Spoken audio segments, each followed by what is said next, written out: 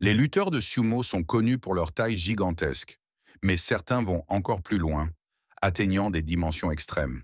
Ces géants imposants ne sont pas seulement plus grands que l'athlète moyen. Ils incarnent des forces de la nature avec des mensurations qui battent des records et laissent le public sans voix.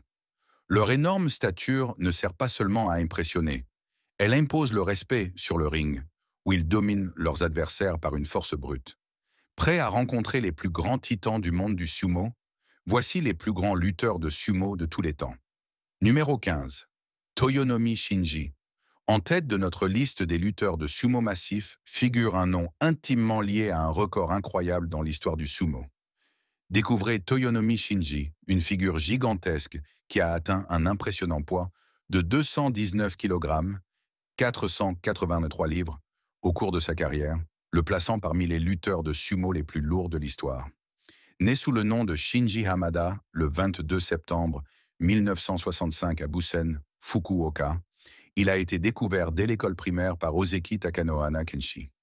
Toyonomi a rejoint l'écurie Futagoyama et a fait ses débuts en Nichtinon 1981, gravissant progressivement les échelons. En 1988, il a remporté le championnat Juryo et est monté dans la division supérieure Makuchi. Malgré sa participation à 30 tournois au plus haut niveau, il n'a jamais battu un yokozuna ni remporté de prise spéciale. Connu pour son expertise en lutte, il utilisait fréquemment la prise Hidari Yotsu et s'appuyait sur des techniques comme le pousser dehors ou le repousser pour remporter ses combats. La carrière de Toyonomi a été marquée par une performance remarquable. Il n'a manqué aucun combat en 19 ans, disputant 1316 combats consécutifs, l'une des séries les plus longues de l'histoire du sumo. Après sa retraite en 1999, il est resté actif comme entraîneur avant de quitter la Japan Sumo Association en 2002.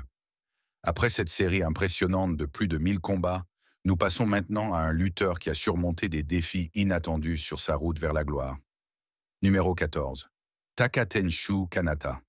Contrairement à beaucoup d'autres lutteurs de sumo, Takatenshu n'a pas grandi dans un environnement traditionnellement dédié au sumo à l'école. Avec une taille de 1,85 m et un poids de 221 kg, il possédait les dimensions nécessaires pour rivaliser, mais a dû tracer son propre chemin dans le monde du sumo. Né sous le nom de Kanata Matsubara le 23 septembre 1992 dans la ville de Saitama, il a développé un intérêt pour ce sport après une poussée de croissance inattendue pendant son adolescence. Son père, ancien lutteur de sumo, était initialement réticent à l'idée de l'aider à rejoindre ce sport en raison des scandales passés dans son ancienne écurie. Ils se sont donc tournés vers l'écurie Takanohana, où Takatenshu a fait ses débuts professionnels en mars 2008. Ses premières années ont été difficiles, notamment un résultat de 0-7 lors de ses débuts en division Jonadan. Cependant, avec le temps, il est devenu un concurrent régulier, en particulier dans la division Sandanmei, atteignant en 2016 son rang le plus élevé, Sandanmei 9. Le style de combat de Takatenshu reposait sur des techniques de prise, notamment le force out, qui représentait la moitié de ses victoires. Après sa retraite en janvier 2020, il a ouvert un nouveau chapitre de sa vie en lançant le bar Standing Bar Tenshu à Nakano, Tokyo, tout en restant une figure visible dans la communauté du sumo. L'histoire de Takatenshu est inspirante, mais le prochain lutteur a fait de la victoire contre les champions de haut rang du sumo sa mission. Numéro 13. Ichinojo Takashi. Battre un yokozuna en tant que lutteur de rang inférieur est un exploit rare dans le sumo, mais Ichinojo Takashi en a fait une habitude. Né sous le nom d'Altankuya Gichinarov en Mongolie, Ichinojo mesurait 190 cm et pesait 227 kg à son apogée. Son entrée dans le monde du sumo en 2014 a été remarquable. Il a gravi les échelons rapidement et a intégré la prestigieuse division Makuchi après seulement quelques tournois. Au fil des années, il s'est imposé comme un concurrent redoutable, remportant 9 kinboshi. Un kinboshi est décerné lorsqu'un lutteur de rang inférieur bat un yokozuna, et cet exploit rare a solidifié sa réputation en tant que véritable force dans le monde du sumo. Le point culminant de la carrière d'Ichinojo a eu lieu en 2022, lorsqu'il a remporté sa première Coupe de l'Empereur lors du tournoi de Nagoya Grand Sumo. Avec un score dominant de 12-3, il a même surpassé le grand Yokozuna Terunofuji, marquant un sommet dans sa carrière après 8 années de compétition intense. Malgré des blessures et des revers, y compris des absences dues au Covid-19, la résilience d'Ichinojo était évidente. En 2021, il est devenu citoyen japonais, jetant les bases d'une éventuelle carrière d'entraîneur après sa retraite. Cependant, sa carrière a pris une tournure inattendue lorsqu'il a annoncé sa retraite en mai 2023, surprenant fans et analystes et marquant la fin d'un chapitre influent dans le monde du sumo. Après des victoires remarquables contre des yokozuna et une carrière remplie de résilience, nous passons à l'histoire d'un lutteur dont l'énorme poids a façonné sa carrière dans le sumo. Numéro 12. Sakafuji Yasuhide. La carrière de sumo de Sakafuji Yasuhide n'était pas seulement marquée par son poids impressionnant, mais aussi par son endurance dans les divisions inférieures. Avec un poids impressionnant de 232 kg, 511 livres, et une taille de 1,83 m, 6 pieds, Sakafuji était déjà le plus lourd des 43 recrues lorsqu'il a débuté en mai 2011. Cette présence physique l'a immédiatement distingué dans un sport où la taille peut être à la fois un atout et un défi. Né sous le nom de Yasuhide Masuda, en août 1992 à Adachi, Tokyo, Sakafuji s'est entraîné au lycée Saitama Sakai avant d'intégrer l'écurie Sakaigawa. Ses débuts en sumo ont révélé quelques moments prometteurs, notamment un solide record de 6-1 lors du tournoi de mars 2013, bien qu'il ait échoué en play-off pour le Jonadan Yusho. Cependant, des blessures ont freiné sa carrière, l'empêchant de s'établir pleinement dans la division supérieure Sandanmi, où son meilleur rang fut Sandanmi 72 en janvier 2017. Malgré ces difficultés, Sakafuji était connu pour sa technique de poussée, appelée Oshi Sumo. Sa technique de victoire la plus fréquente était l'Oshidashi, consistant à pousser l'adversaire hors du ring, et il resta un compétiteur solide dans la division Jonadan pendant une grande partie de sa carrière. Après 9 ans dans le sumo, Sakafuji s'est retiré en juillet 2020. Bien que sa carrière ait été marquée par l'endurance, le lutteur suivant apporta un parcours inattendu au sumo, façonnant finalement son succès. Numéro 11. Tokushinho Motohisa. Se démarquer dans le monde du sumo par sa taille impressionnante est une chose, mais le parcours de Tokushinho Motohisa dans le sumo a commencé par un tournant inattendu. Ce géant, mesurant 1,93 m et pesant 224 kg, s'est d'abord entraîné au karaté avant de décider, lors de sa deuxième année de lycée, de se concentrer sur le sumo. Ce chemin unique le distingue de nombreux collègues qui commencent souvent leur carrière de sumo bien plus tôt. Né en mai 1984 au Japon, son passage au sumo s'est révélé être la bonne décision.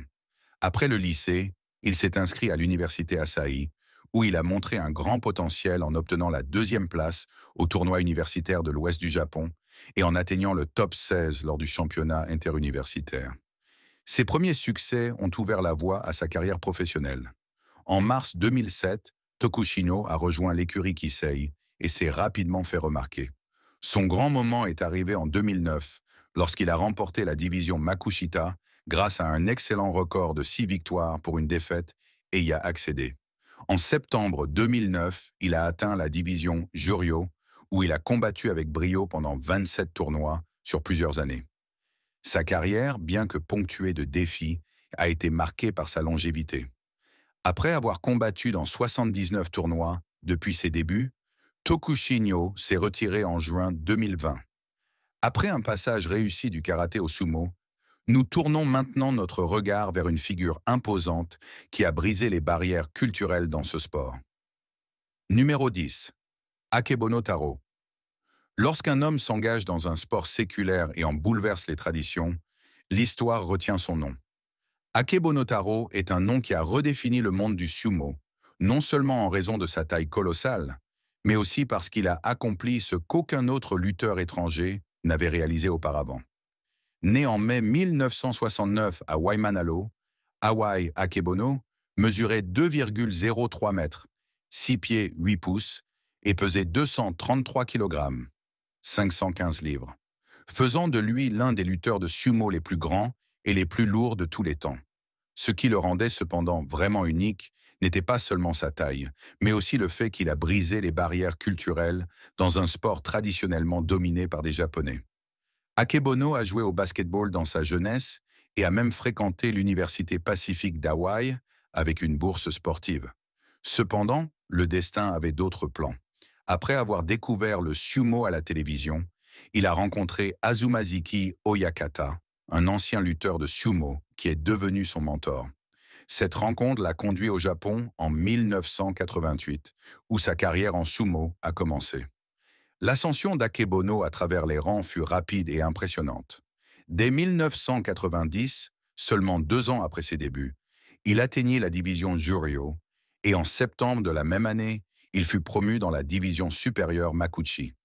Son style agressif et dominant lui permit de remporter son premier Fighting Spirit Award en 1990 et de décrocher une première victoire contre le Yokozuna Asahi Fuji. En 1992, il fut promu aux Eki et en janvier 1993, Akebono atteignit le rang historique de Yokozuna, devenant le premier lutteur étranger à obtenir ce titre. Sa retraite en 2001 marqua la fin d'une carrière révolutionnaire, mais son héritage demeure comme l'une des figures les plus importantes de l'histoire du sumo. Passons maintenant à un autre lutteur étranger massif qui a remporté plusieurs championnats.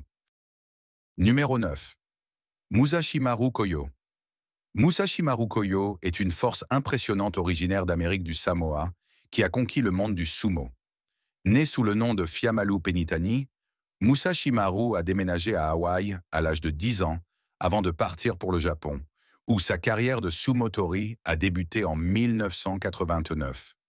Il gravit rapidement les échelons et atteignit la division Makushi en 1991, avant d'être promu au rang prestigieux de Yokozuna en 1999, le plus haut rang du sumo.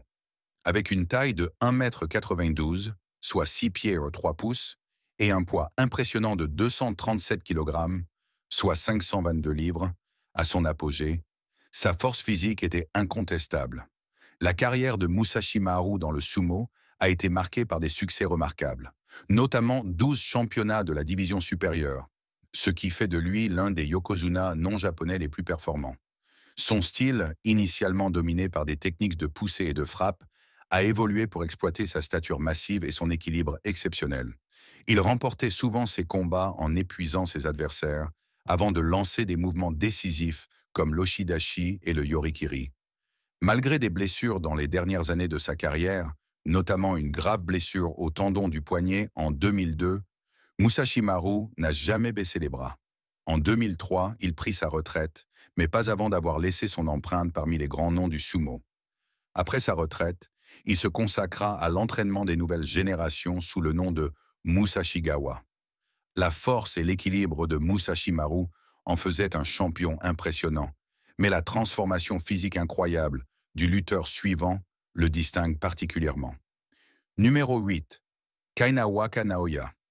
La carrière de sumo de Kainawaka Naoya se distingue par une évolution de poids exceptionnelle, rare dans le monde du sumo. Il a commencé sa carrière en 1995 avec un poids de 120 kg, 265 livres. Mais au fil des années, il a atteint un poids incroyable de 237 kg, 522 livres, en novembre 2012, faisant de lui le deuxième sumotori actif le plus lourd de l'époque, juste derrière Aurora. Cette prise de poids et sa transformation ultérieure en ont fait une figure unique dans l'histoire du sumo. Kainawaka a débuté en mars 1995 dans l'écurie Tomizuna, qui a ensuite été renommée écurie Oshima. Son ascension dans les rangs a été régulière mais difficile. En 1999, après 4 ans dans la division Jonidan, il a atteint la division Sandom et réalisé 6 séries consécutives de victoires, ce qui lui a valu une promotion dans la division Makushita en 2000. En 2001, il a atteint son meilleur classement de carrière, Makushita 14. Cependant, un bilan de 1-6 à ce rang a marqué son sommet, et les années suivantes l'ont vu osciller entre les divisions Sandanme et Makushita. Malgré sa taille, Kainawaka était connu pour son style Oshizumo, qui privilégie les techniques de poussée et de frappe plutôt que les combats rapprochés. Sa technique la plus courante était l'oshidashi, ou sortie par poussée, qu'il a maîtrisée tout au long de sa carrière.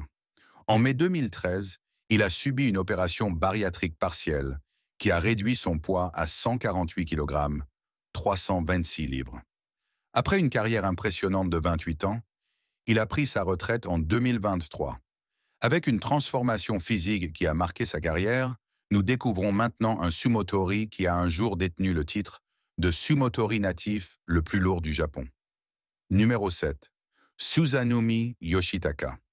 Susanumi Yoshitaka était un lutteur de sumo massif qui portait littéralement le poids de l'histoire. Avec un poids maximum de 240 kg, 530 livres, il détenait le titre de sumotori japonais le plus lourd jusqu'à ce qu'il soit dépassé par Yamamoto Yama. Ce qui rendait Susanumi remarquable, ce n'était pas seulement son poids, mais sa capacité à gérer les contraintes physiques liées à sa taille dans la compétition de sumo. Né le 30 août 1972 à Shita, dans la préfecture d'Aichi, Susanumi a fait ses débuts professionnels en mars 1988. Il a progressé régulièrement dans les rangs et a atteint la division Juryo en septembre 1993. Cependant, une blessure au genou droit a affecté ses performances. Malgré cela, il a persévéré, changeant son shikona pour Susanumi en 1997 et regagnant sa place dans la division Juryo après avoir remporté le championnat Makushita avec un score parfait de 7-0. Ce qui rend l'histoire de Susanumi unique, c'est l'impact de sa taille sur sa carrière. Bien que son poids lui ait conféré un avantage évident sur le dojo, il est devenu un défi lorsqu'il a été confronté à des problèmes de santé et à une perte progressive de force. Son style préféré était le Tsuki-Oshi, qui mettait l'accent sur des poussées et des frappes puissantes, avec l'Oshidashi comme technique de victoire la plus courante. Après sa retraite en 2003, Susanumi s'est lancé dans la restauration, puis dans une carrière en tant qu'agent de sécurité. Passons maintenant à l'histoire unique d'un sumotori taïwanais. Numéro 6. Tomino Hana. Tous les lutteurs de sumo ne viennent pas de la région à laquelle on pourrait s'attendre. Le parcours de ce combattant a été aussi rare que sa stature. Tomino Hana est né en février 1972 à Keelung City, à Taïwan, et a dû surmonter des défis culturels et physiques sur le chemin du ring professionnel. À son apogée, il mesurait 186 cm et pesait 241 kg, ce qui en faisait le 6e lutteur de sumo le plus lourd de tous les temps. Sa carrière a commencé en mai 1988 lorsqu'il a rejoint l'écurie Takadagawa. Malgré sa taille, qui donne souvent un avantage précoce aux lutteurs, Tomino Hana a trouvé les premières années de sa carrière difficiles. Cependant, 3 ans plus tard, sa persévérance a porté ses fruits lorsqu'il a atteint le rang le plus élevé de sa carrière, Jonadan 31. En compétition dans les divisions inférieures comme Jonadan et Jonokuchi, Tomino Hana a participé à 19 tournois Jonadan et 3 tournois Jonokuchi. Alors que de nombreux lutteurs de sumo privilégient des techniques basées sur les poussées et les bousculades, le style de combat de Tomino Hana était unique. Il était un lutteur Yotsuzumo, ce qui signifie qu'il s'appuyait davantage sur des techniques de prise, préférant un contact rapproché et saisissant la ceinture de son adversaire pour obtenir un levier. Ce style a bien fonctionné pour lui, malgré la contrainte physique que sa taille imposait à sa mobilité. Tomino Hana a pris sa retraite en 1992, laissant derrière lui un héritage en tant que l'un des plus grands lutteurs de sumo et un pionnier pour les athlètes taïwanais dans ce sport. Bien que Tomino Hana ait été un pionnier par sa taille, notre prochain lutteur représente une force encore plus impressionnante dans le monde du sumo. Numéro 5. Keno Mitsuo. Dans le sumo, surmonter les défis est essentiel, mais peu l'ont fait comme Keno Mitsuo. Né Goto Mitsuo le 10 février 1989 dans la préfecture de Miyagi, au Japon, il s'est démarqué non seulement par sa taille, mais aussi par son parcours académique. Keno a étudié à l'Université d'agriculture de Tokyo, où il était membre actif du club de sumo. Après ses études, il a rejoint l'écurie Tokitsukaze, une évolution naturelle étant donné que cette écurie était liée à son université. Keno a fait ses débuts professionnels en mai 2011 et a adopté le nom de Sumo Keno, signifiant humilité et abondance. Ses débuts de carrière ont montré un grand potentiel. En seulement 3 tournois, il a obtenu des séries de victoires de consécutives et a rapidement été promu dans la division Sandanmai en janvier 2012. Lors de ses débuts dans cette division, Keno a enregistré un bilan parfait de 7-0, manquant de peu le titre après une défaite en match de barrage. Cette performance remarquable lui a valu une promotion dans la division Makushita en mars 2012. Cependant, Keno a rencontré des difficultés lors de ses débuts en Makushita, avec un bilan décevant de 1-2-6, ce qui l'a ramené dans la division Sandanmei. De 2012 à 2014, Keno a principalement combattu dans cette division, bien qu'il ait oscillé entre Sandanmei et la division inférieure Jonadan de 2014 à 2017. En 2017, une grave blessure l'a contraint à manquer 3 tournois consécutifs, le renvoyant dans la division Maezumo ou Presumo. Malgré ces défis, Keno est revenu sur le ring de sumo en 2018 et a poursuivi sa carrière principalement dans la division Jonadan. En 2023, il était une figure connue, notamment en raison de sa taille impressionnante, atteignant un poids maximal de 250 kg, 550 livres, ce qui en faisait le 5e lutteur de sumo le plus lourd de l'histoire. Le style de combat de Keno reflète ses avantages physiques. Il excelle aussi bien dans les techniques de prise que dans les techniques de poussée. Sa position de préhension préférée en grappling est la position Migi Yotsu, où il saisit la ceinture de son adversaire avec la main droite à l'intérieur et la main gauche à l'extérieur. Sa technique de victoire la plus utilisée est le push-out, suivi du force-out et du armbar force-out. Malgré sa taille, Keno a démontré des compétences techniques impressionnantes dans ses techniques, lui permettant de rester compétitif malgré ses problèmes de mobilité. Les combats de Keno contre d'autres super lourds comme Dewanojo Shota sont devenus des événements incontournables en raison du spectacle physique qu'ils offrent. Ensemble, ils représentent certains des combats les plus lourds de l'histoire du sumo. Les compétences techniques de Keno, malgré sa taille immense, sont impressionnantes. Mais le prochain lutteur se distingue par son endurance sur plus d'une décennie dans le sumo. Numéro 4. Dewanojo Shota.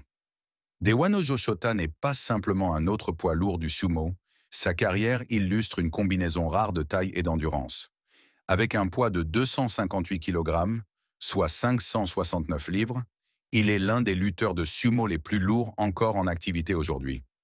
Cependant, ce qui distingue Dewanojo des autres, ce n'est pas seulement sa taille, mais sa remarquable endurance, dans un sport où l'agilité et la persévérance sont souvent plus importantes que la masse brute. Dewanojo a commencé sa carrière de sumotori en 2012 dans l'écurie d'Ewanumi, l'une des écuries les plus anciennes et les plus respectées du sumo. Pendant ses premières années, il a réalisé des progrès constants, et bien qu'il ne soit pas monté immédiatement dans les rangs supérieurs, il a poursuivi son ascension jusqu'à atteindre son sommet à Makushita 44. Ce qui rend Dewanojo particulièrement unique, c'est sa capacité à rester pertinent dans le sumo, malgré les défis liés à son poids. Son combat contre Oyamada en 2023 a été un moment marquant, non pas pour les techniques présentées, mais pour l'écart de poids impressionnant de plus de 350 livres entre les deux adversaires. Alors que de nombreux lutteurs de sumo connus pour leur taille s'épuisent ou se blessent rapidement, Dewanojo a persévéré. Son poids lui confère un avantage en force brute, mais il constitue également un défi, notamment en termes de mobilité et d'endurance. Malgré ces difficultés, sa capacité à rester compétitif pendant plus d'une décennie témoigne de son profond engagement envers ce sport. À 30 ans, Dewanojo continue de participer à des tournois, souvent comme l'un des athlètes les plus lourds en compétition. Maintenant, parlons d'un lutteur qui a porté sa carrière jusqu'à Hollywood. Numéro 3. Yamamoto Yamaryuta. Yamamoto Yamaryuta, souvent simplement appelé Yama, est un nom qui se démarque dans le monde du sumo, pas seulement en raison de sa taille, mais aussi grâce à sa carrière incroyable en dehors du ring. À son apogée, il pesait 265 kg, soit 584 livres, ce qui fait de lui le lutteur de sumo japonais le plus lourd de l'histoire. Ce qui rend Yama véritablement unique, c'est le développement de sa carrière après son départ controversé du sumo. En 2011, Yamamoto Yama a été contraint de se retirer suite à des accusations de manipulation de combat avec plusieurs autres lutteurs. Bien que cet événement ait mis fin à sa carrière professionnelle de sumotori, ce n'était que le début de son aventure dans la culture populaire. Yama n'a pas disparu comme la plupart des lutteurs de sumo retraités, mais a accédé à une renommée mondiale. En 2012, il a fait une apparition dans la plus grande émission de télé-réalité indienne, Big Boss, bien qu'il ne parle ni hindi ni anglais. Son charme et ses expériences uniques en tant que sumotori ont captivé le public à travers l'Inde. Après sa retraite, Yamamoto Yama est devenu un ambassadeur culturel du sumo. Il a organisé une tournée Sumo plus Sushi aux États-Unis, où il a présenté au public les techniques du sumo et le mode de vie des lutteurs. Il est même apparu dans des médias internationaux, jouant dans des vidéoclips avec Ed Sheeran pour Shape of You et One Direction pour Still My Girl. Sa présence s'est étendue aux émissions télévisées américaines comme The Bachelorette. L'héritage de Yamamoto Yama ne repose pas uniquement sur ses compétences en sumo, mais aussi sur son influence pour promouvoir la culture du sumo dans le monde entier. La carrière de Yamamoto Yama sous les projecteurs est unique, mais le prochain lutteur a brisé les barrières pour les sumotoris non japonais. Numéro 2. Konishiki Yasukichi. À première vue, Konishiki Yasukichi pourrait sembler être un autre gigantesque lutteur de sumo. Mais ce qui le rend vraiment unique, c'est qu'il a brisé des barrières et défié les attentes dans un sport imprégné de traditions séculaires. Né sous le nom de Salewa Fuauli Atisanoe à Honolulu, Hawaï, en décembre 1963, Konishiki ne s'est pas seulement appuyé sur sa taille pour se faire un nom dans le monde du sumo.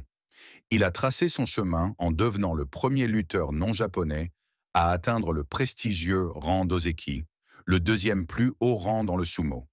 Avec une taille de 184 cm, 6 pieds 1 pouce, et un poids de 288 kg, 633 livres, à son apogée, le voyage de Konishiki pour devenir l'un des plus grands lutteurs de sumo a commencé dans un endroit inattendu, une plage à Hawaï.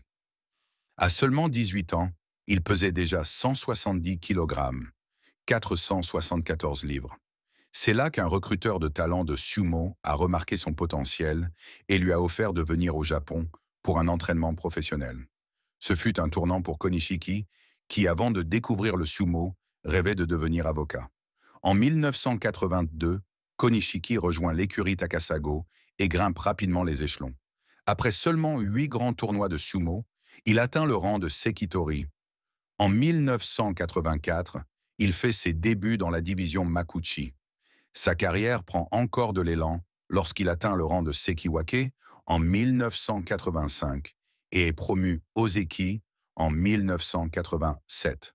Konishiki était connu non seulement pour sa taille impressionnante, mais aussi pour son style de combat puissant, utilisant des techniques telles que l'oshidashi et le yorikiri. Sa corpulence lui donnait un avantage unique, lui permettant de dominer de nombreux adversaires. Cependant, sa carrière de sumo n'était pas exempte de controverses.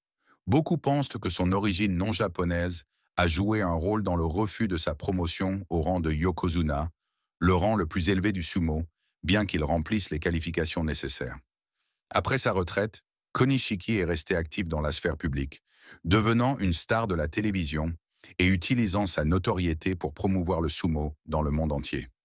Son héritage en tant que pionnier continue d'inspirer les générations futures de lutteurs de sumo non japonais. Bien que Konishiki ait repoussé les limites, le lutteur de sumo le plus lourd de tous les temps, Aurora Satoshi, détient le titre pour sa taille impressionnante. Numéro 1.